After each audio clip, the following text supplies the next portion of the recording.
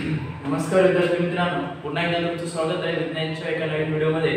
तर बाळांनो, आपण पहिला टॉपिक जो ग्रॅड्युएशन आहे तो चालू केलेला आहे. आतापर्यंत या टॉपिकमध्ये अतिशय महत्त्वाचे 3 मुद्दे आपण पाहिले. त्याच्यामध्ये सर्क्युलर मोशन, सेंटीमीटर फोर्स, त्यानंतर केपलरचे 3 नियम अतिशय महत्त्वाचे, आणि त्यानंतर आपला अजून हे कंप्लीट व्हायचं आहे तो कुठला आहे, Newton law of gravitation. Newton law of gravitation. कालच्या व्हिडिओमध्ये आपण पाहिलं की दोन वस्तू दोन कसे ऑब्जेक्ट की त्यांचा स्वतःचा मास असतो, वस्तुमान असतं, त्याच्यामध्ये डिस्टन्स कसा असतो, कोण युनिव्हर्सली प्रोपोर्शनल असतं, कोण डायरेक्टली प्रोपोर्शनल असतं, हे त्याच्यामध्ये काल बघितलं. त्याच्यामध्ये असं सांगण्यात आलं की एव्हरी ऑब्जेक्ट काय करते, अदर टू ऑब्जेक्ट्सला अदर एव्हरी ऑब्जेक्टला काय करते, अट्रॅक्ट करत असते. मग ते अट्रॅक्ट करण्याच्या फोर्सलाच काय म्हणतात, ग्रॅव्हिटेशन फोर्स. ओके, म्हणतात त्याला ग्रॅव्हिटेशन फोर्स. मग ग्रॅव्हिटेशन फोर्स कसा ऍक्ट होतो, त्यानंतर कसं त्याचं निरीक्षण केलं, कोणाचा फायदा त्याने घेतला न्यूटननं की हे सोडवण्यासाठी, तर केपलरच्या नियमाचा त्याने आधार घेतला त्यासाठी. ठीक आहे, तर हे लक्षात ठेवा. तर त्याचबरोबर आपण जी म्हणजे काय बघितलं की जी म्हणजेच काय, युनिव्हर्सली ग्रॅव्हिटेशन कॉन्स्टंट. जी म्हणजेच काय, युनिव्हर्सली ग्रॅव्हिटेशन कॉन्स्टंट. या सगळ्या गोष्टी आपण काय केल्या, गेल्या व्हिडिओमध्ये पाहिलेले आहेत. आता तेच काय करायचं आहे, पुढचं आपण त्याच्या पुढचं बघणार आहोत. त्या अगोदर हे दोन पुन्हा एकदा तुम्हाला मी काय केलेलं आहे, हे दोन डायग्राम, हे सूत्र फॉर्म्युला मध्ये तो दाखवलेले आहे. ओके, त्याच्यानंतर आणि डायग्राम एक आपण कशी काढली होती का, हे अशा प्रकारे दोन डायग्राम M1 आणि M2 काढला होता आपण अशा प्रकारे. त्याच्यानंतर हे सेपरेट केलं होतं, हा F असा होता, हा F असा होता. ठीक आहे, आणि D चा वर्ग. ठीक आहे, असं काढलं होतं बरोबर. तर हे डायग्राम वरून आपण काय केलं, सूत्र तयार केलं. F म्हणजेच काय, ग्रॅव्हिटेशन फोर्स. हा चिन्ह कसायचा आहे, डायरेक्टली प्रोपोर्शनल. हा चिन्ह कसायचा आहे, डायरेक्टली प्रोपोर्शनल. आणि M1 म्हणजे mass of the first object, M2 mass of the second object, d square, distance between them, distance between them, त्याच्यामधला अंतर. ठीक आहे, पुन्हाच gravitation force is equal to universally gravitation constant is equal to mass of the first object, mass of the second object, and distance between them is d square. Okay, distance कसा असतो, square मध्ये असतो. कळलं? तर हा आपण पहिला point बघितला. F directly proportional to M1 M2 d square, F is equal to G M1 M2 d square. Okay, तर हा झाला पहिला मुद्दा. डायग्राम तुम्हाला सांगितली कशी काढली. ठीक आहे, हा G कॉन्स्टंट आहे, युनिव्हर्सली ग्रॅव्हिटेशनल कॉन्स्टंट. जी हा काय आहे, universally gravitational constant. Universally gravitation constant म्हणजे वैश्विक गुरुत्वाकर्षणाचा स्थिरांक म्हणतात. वैश्विक गुरुत्वाकर्षणाचा स्थिरांक म्हणतात. काय म्हणतात, वैश्विक गुरुत्वाकर्षणाचा स्थिरांक म्हणतात. काय, हे लक्षात ठेवा. तर हा झाला दुसरा मुद्दा, अतिशय सोप्या याच्यामध्ये आपण लिहिले. ठीक आहे, आता पुढचं बघा. इथनं थोडासा नवीन तुम्हाला 1 2 3 4 6 7 8 9 10. ठीक आहे, हे 3 गोष्टी नवीन, या किती 8 गोष्टी नवीन आहेत. बघा, if two bodies are spherical, the direction always along the line joining center of the two bodies and distance between center is taken. बघा काय म्हणतात ते, जेव्हा आता आपण काल बघितलं बघा, मला हे सांगतो, if the two bodies, जेव्हा दोन वस्तू आहेत. बॉडीज म्हणजेच काय, two bodies are spherical. Spherical म्हणजे गोल असते. काय करायचं, ते गोलच आहे, spherical. Direction of always along the line joining centre of two bodies and distance will be taken in centre. म्हणल्यावर ते लाईन जी तुम्ही काढता, खालची जी रेषा काढता, जोडणारी रेषा त्या दोन वस्तूंना कुठनं घ्यायची, वस्तूच्या बाबतीत कुठनं घ्यायची, सेंटर मधून. मी तर जरा वेगळं काढलेलं आहे, तर सेंटर मधून. म्हणल्यावर सेंटर मधून ती काय करायची, म्हणून काय सांगितलं आहे, along line joining centre of two bodies and distance between centre is taken. Okay, distance between centre is taken. म्हणल्यावर काय सांगितलं, पहिला दोन बॉडीच्या बाजूला तुम्हाला काय करायचं आहे की तो स्फेरिकल पाहिजे. कसं पाहिजे, spherical. Direction always along line joining centre of the two bodies. म्हणजे डायरेक्शन कसं पाहिजे, इथं सेंटर मध्ये पाहिजे. आणि याचा डिस्टन्स पण कसं पाहिजे, इथं डिस्टन्स जे आहे ते मध्ये पाहिजे. म्हणजे डिस्टन्स कसं टेकन करायचा, सेंटरला. केलं का डिस्टन्स सेंटर, डी म्हणजे डिस्टन्स सेंटरला कन्सिडर केलं, टेकन केलं, आणि हा जी लाईन आहे दोन बोर्डला जोडणारी ती पण कशामध्ये आहे, सेंटर मध्ये आहे का, तर लाईन जॉइनिंग सेंटर आहे का, line joining centre, line join झाला या सेंटर मध्ये झालं, आणि डिस्टन्स कसं आहे सेंटर मध्येच आहे, तर ही तुम्हाला कळाल.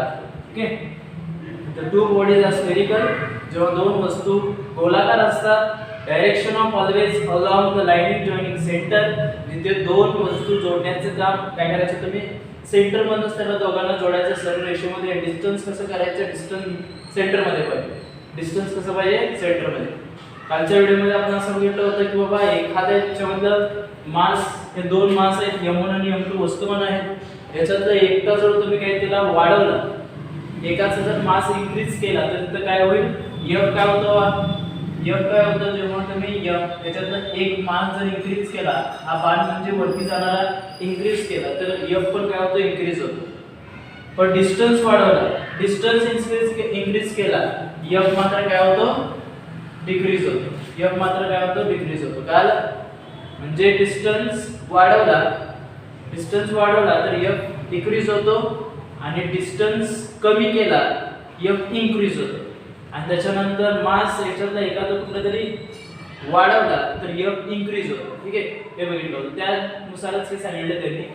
बघा दोन बॉडीला जोडायचं असेल कशी पाहिजे, पण ती स्फेरिकल म्हणजे गोल पाहिजे, स्फेरिकल पाहिजे म्हणजे गोल पाहिजे, म्हणजे तसं असं म्हणजे ते सरळ रेषा दोन वस्तूच्या मध्यभागी जोडले पाहिजेत असे, आणि डिस्टन्स मध्ये घ्यायचे. डिस्टन्स हे d म्हणजेच काय डिस्टन्स आहे, d म्हणजेच काय डिस्टन्स आहे, लक्षात ठेवा.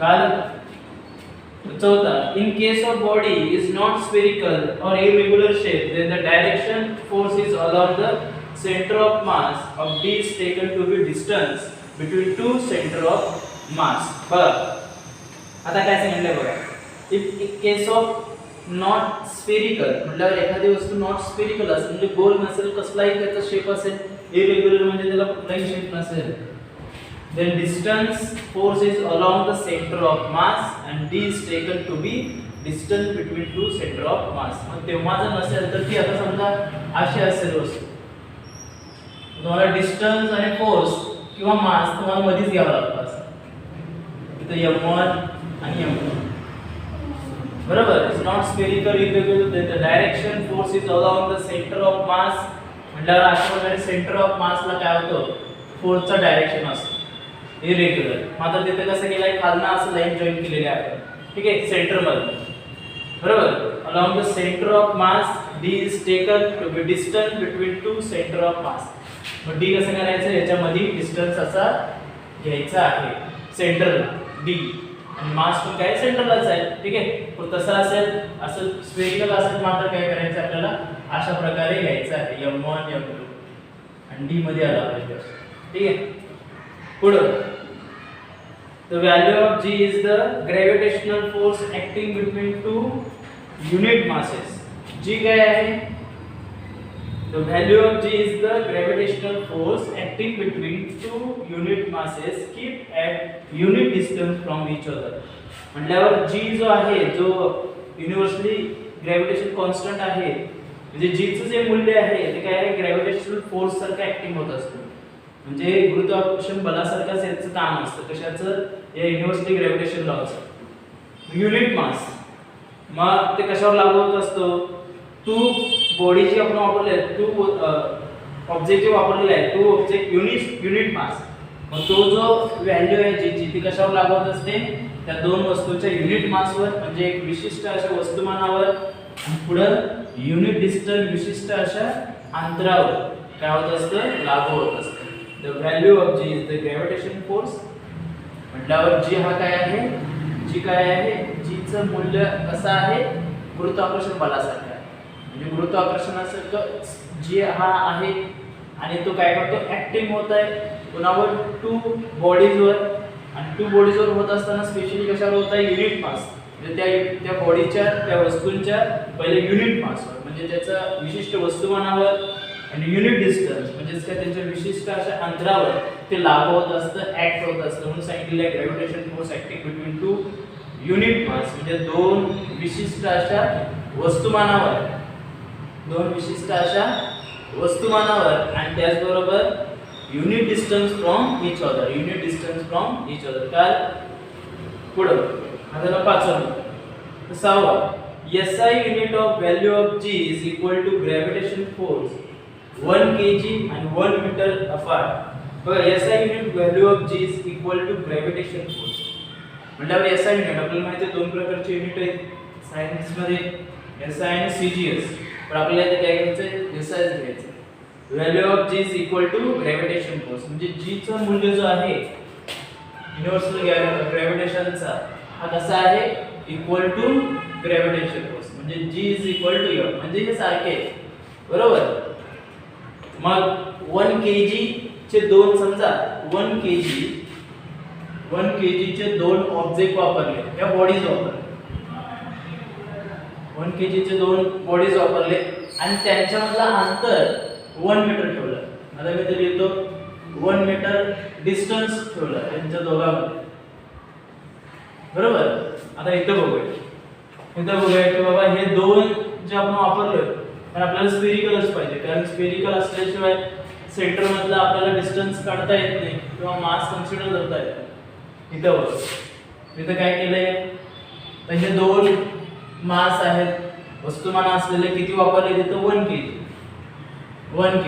हे दोन कसले 1 किलोग्रॅमचे 1 किलोग्रॅम वस्तुमान असलेले दोन बॉडीज आहेत. त्याच्यामधला अंतर जो D आहे तो किती वापरले त्यांनी 1 मीटर.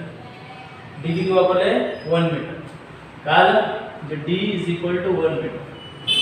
मग हे वापरलं ते काय म्हणतात, G ची जी व्हॅल्यू आहे ती ग्रॅव्हिटेशन फोर्स सारखीच असते.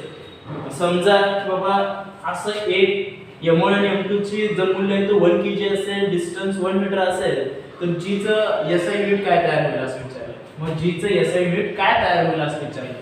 तर काय तयार होणार, सातवा आपला मुद्दा, SI unit of G is Newton. मला काय वापरायचं, SI unit of G is Newton. पहिला विचारलं तुम्हाला SI युनिट लिहा G चं, मग G चं काय लिहिणार त्याला न्यूटन आणि म्हणून काय ना तिथं मीटरचा वर्ग kg minus square, kg minus square. ठीक आहे, metre square kg minus square आहे का बघा, kg मायनस स्क्वेअर मीटर आहे का, आहे मीटर स्क्वेअर. आला डिस्टन्स कसा मिळाला आपल्याला मीटर स्क्वेअर युनिट मध्ये आणि kg कसा मिळाला मायनस स्क्वेअर मिळाला.